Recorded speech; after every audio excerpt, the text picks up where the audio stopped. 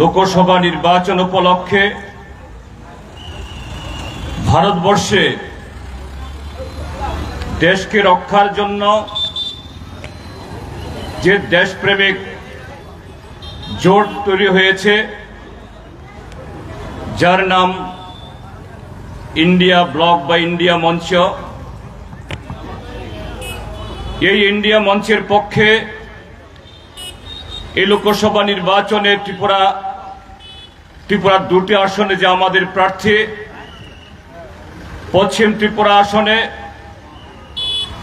জাতীয় কংগ্রেসের আশিস কুমার সাহা এবং পূর্ব আসনে ভারতের কমিউনিস্ট পার্টি মার্ক্সবাদীর প্রার্থী রাজেন্দ্র কুমার রিয়াংয়ের সমর্থনে যে আজকে এই পথসভা, এই সভার মাননীয় সভাপতি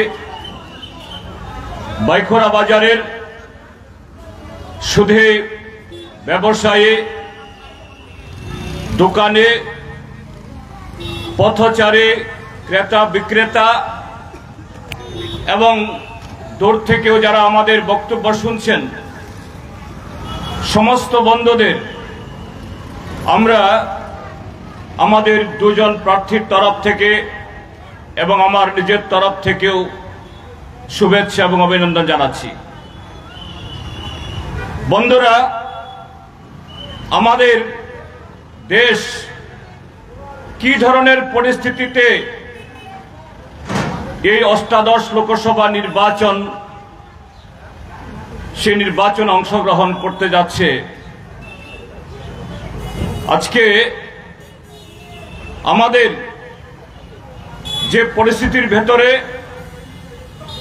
আমরা যারা বিরোধী দল, গণতান্ত্রিক দল, আমাদের এই জাতীয় প্রচার সংগঠিত করতে হচ্ছে, তার মধ্য দিয়ে আপনারা নিশ্চয়ই উপলব্ধি করতে পারেন।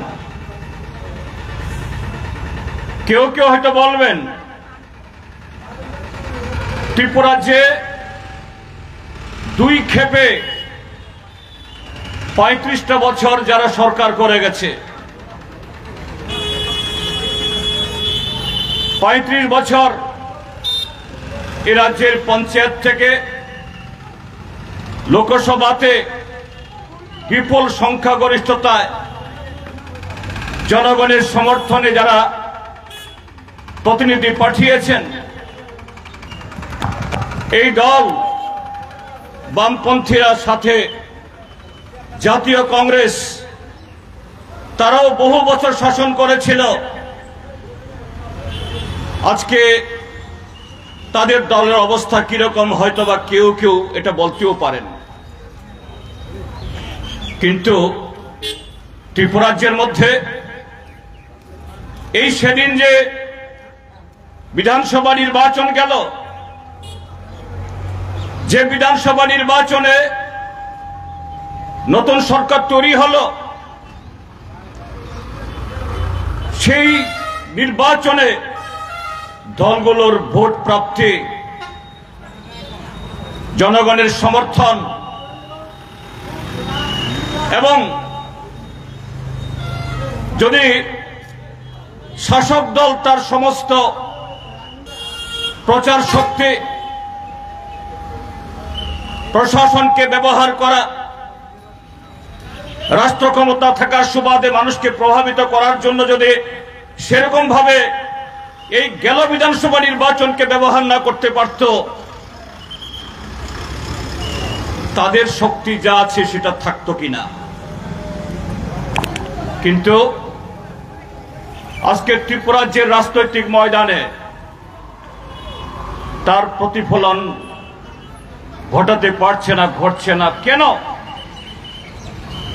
আজকে দেশের যারা শাসক দল, ভারতীয় জনতা পার্টি,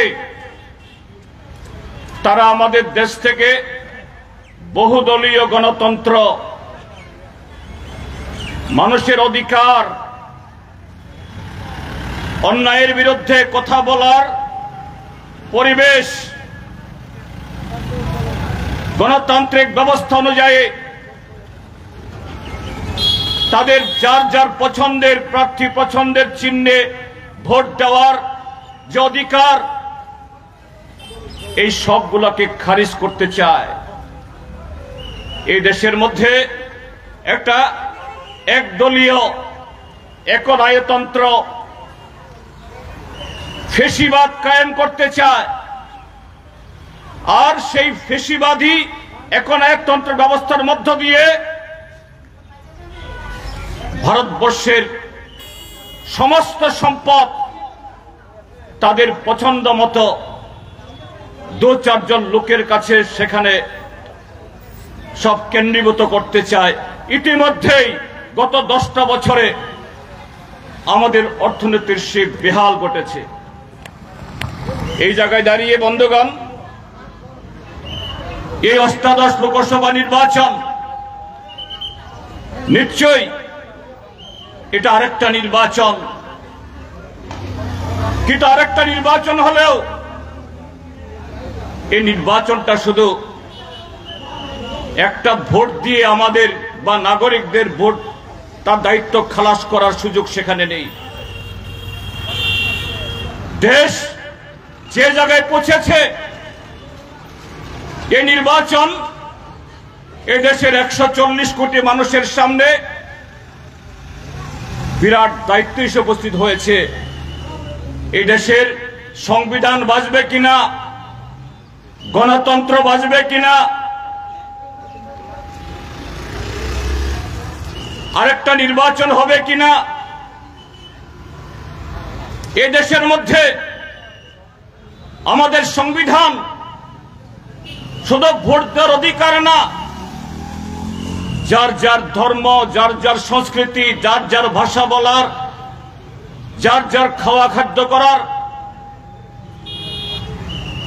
এই যে অবাধ সুযোগ দিয়েছে আমাদের সংবিধান, এটা থাকবে কিনা।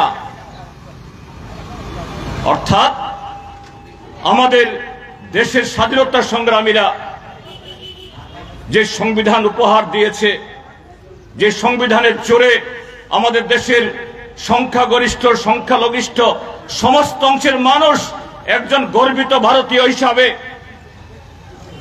তার ধর্ম পালন করতে পারে, রাজনৈতিক মতামত প্রচার করতে পারে, তার খাদ্য পোশাক প্রদান করতে পারে, এগুলো কোনো একটা দল বা কোনো একটা ব্যক্তি তার অঙ্গুলে হেলনে চলতে হবে। ইতিমধ্যেই তার কিছু নমুনা এই ত্রিপুরাজ্যের মধ্যে, এই শান্তিরবাজার মহকুমাতে, বাইখরাতে প্রতিনিয়ত প্রতিদিন আমাদের সামনে উপস্থিত হচ্ছে। কাজী বন্ধুরা, সেই জায়গায় দাঁড়িয়ে আমরা ভারতবর্ষের 27টি রাজনৈতিক দল, হ্যাঁ আপনারা ভালোই জানেন, কংগ্রেসের সাথে কমিউনিস্টদের কর্মসূচিগত ফারাক আছে, মতাদর্শগত লড়াই আছে। এই ত্রিপুরাজ্যে বহু বছর আমাদের মধ্যে রাজনৈতিক প্রতিদ্বন্দ্বিতা হয়েছে, কিন্তু আমাদের মধ্যে সমস্ত ব্যবধান, সমস্ত পার্থক্য, সমস্ত দূরত্ব গুছিয়ে আমরা একসাথে আসতে বাধ্য হয়েছি। কেননা দেশ বাঁচলে, সংবিধান বাঁচলে, সেই ছাতার তলায় আপনি কোন পথে আপনার দেশকে, আপনার রাজ্যকে, আপনার সমাজকে প্রতিষ্ঠিত করতে চান, তার গণতান্ত্রিক তথা উন্নত সে প্রতিযোগিতা আপনি করতে পারবেন। যদি দেশই না বাঁচে, গণতন্ত্রই না থাকে, কথা বলা অধিকারে না থাকে, আপনাকে তো শুধু মাথা নিচু করে, মাথা হেট করে আজকে ত্রিপুরাজ্যের মধ্যে প্রত্যেক মন্ডলে মন্ডলে, প্রত্যেক পঞ্চায়েত পঞ্চায়েতে মুষ্টিমেয় কিছু বইফোর লোক, তারা কোন জনগণ দ্বারা নির্বাচিত না, কোন একটা পার্টি দ্বারা, কোন একটা নেতা দ্বারা তাদের পছন্দের লোককে বসিয়ে দেওয়া, তাদের কথায় আপনার ক্ষেত করতে হচ্ছে, কৃষি করতে হচ্ছে, গাড়ি চালাতে হচ্ছে, দোকান খুলতে হচ্ছে, আপনার ধর্মকর্ম ব্যবসা বাণিজ্য সব তাদের কথাই চলতে হচ্ছে। সারা দেশ